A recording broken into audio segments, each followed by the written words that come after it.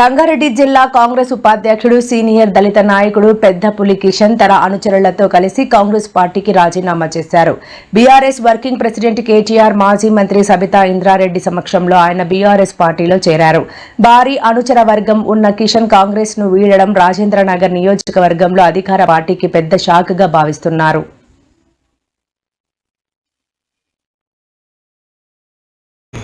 తెలంగాణ రాష్ట్రంలో కాంగ్రెస్ పార్టీకి మరో బిగ్ షాక్ తగిలిందని చెప్పవచ్చు. ప్రత్యేకించి ఇటీవల జరుగుతున్న పరిణామాల క్రమంలో కాంగ్రెస్ పార్టీకి క్రమక్రమంగా ఒక్కొక్క నాయకుడు కూడా దూరం అవుతున్న పరిస్థితిని అయితే మనం చూస్తున్నాం.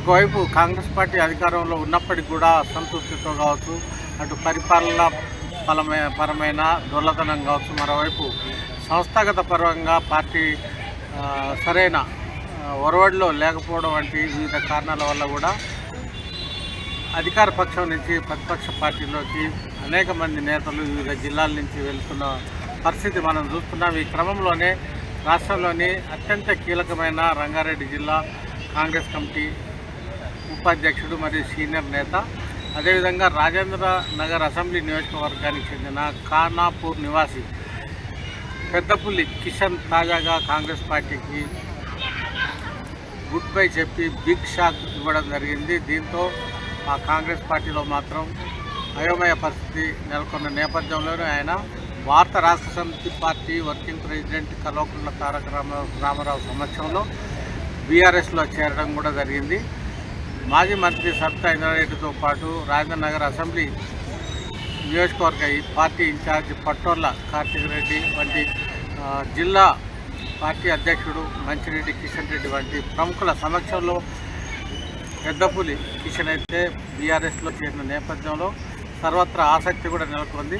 ముఖ్యంగా రాజేంద్రనగర్ నియోజకవర్గంతో పాటు రంగారెడ్డి జిల్లాలో కూడా పెద్దపులి కిషన్ రాకతో భారత రాష్ట్ర సమితి పార్టీలో కొత్త జోష్ ఏర్పడిందనే చెప్పవచ్చు. ముఖ్యంగా రాజేంద్రనగర్ నియోజకవర్గంలో కాంగ్రెస్ పార్టీలో ఇటీవల జరుగుతున్న పరిణామాలు కూడా కాంగ్రెస్ నాయకులను, కాంగ్రెస్ కార్యకర్తలను అయోమయానికి గురి చేస్తున్న నేపథ్యంలో ఒక్కొక్కరుగా పార్టీని వీడుతున్న పరిస్థితులు అయితే ఉన్నాయి. ఈ క్రమంలోనే రానున్న గ్రేటర్ హైదరాబాద్ మున్సిపల్ కార్పొరేషన్ ఎన్నికల నేపథ్యంలో ఇలాంటి పరిణామం పెద్దపులి కిషన్ వంటి ఒక సీనియర్ నాయకుడు పార్టీని వీడడం ఒక చర్చనీయాంశంగా మారింది. ఈ సందర్భంగా కేటీఆర్ మాట్లాడుతూ పార్టీలో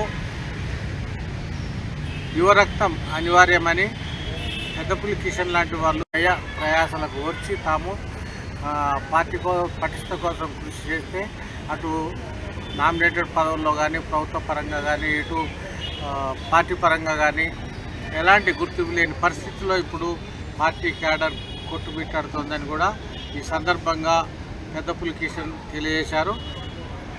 వచ్చే ఎన్నికల్లో బీఆర్ఎస్ తిరుగులేని విజయం సాధించడం ఖాయమని, ఆ క్రమంలో తాను కూడా తన వంతు పార్టీ పెద్దలతో కలిసి కృషి చేస్తానని కూడా ఈ సందర్భంగా పెద్దపులి కిషన్ ప్రకటించారు.